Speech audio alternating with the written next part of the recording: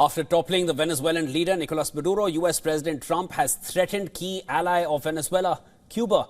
Trump on Sunday asked Cuba to make a deal and make it soon, pledging to cut off all oil and money flowing to the island nation in the Caribbean. Taking to his Truth Social network, Trump said that for many years Cuba lived on large amounts of oil and money from Venezuela, and in return Cuba provided security services for the last two Venezuelan dictators, as he calls them, and that he will no longer allow it. He further suggested that Cuba should make a deal before it is too late. However, Trump provided no details about what potential deal he referred to or what such an arrangement would eventually achieve. Trump's comments come as US intelligence has painted a grim picture of Cuba's economic and political situation. However, its assessments offer no clear support for Trump's prediction that last weekend's military action in nearby Venezuela leaves Cuba ready to fall. The threatening post drew an angry retort from Cuban President Canel, who said that no one would tell his country what to do. Miguel further said that Cuba does not attack, but has been attacked by the US for 66 years and that it stands ready to defend the homeland to the last drop of blood. Cuba's Foreign Minister Bruno Rodriguez also weighed in to stress that Cuba is within its rights to import fuel from any willing exporter, and that is without interference or subordination to unilateral coercive measures of the United States, quote unquote.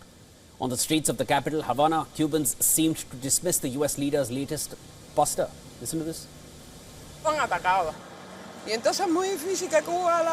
It is very unlikely that they touch Cuba. Impossible.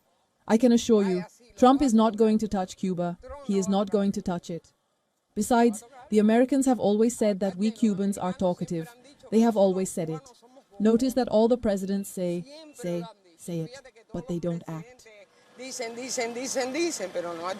He knows perfectly well that he has to find a solution because he can't just take over Cuba like that. And if he went down that route with Venezuela, it's because there were shady things going on. Cuba is Cuba and Venezuela. They're totally different. And yes, we will be quite affected, quite a lot.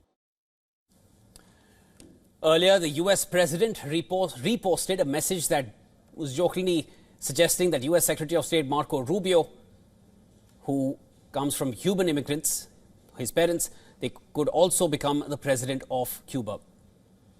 Trump said, "Sounds good to me." Then in another similar post, Trump went on to recognize himself as the acting president of Venezuela.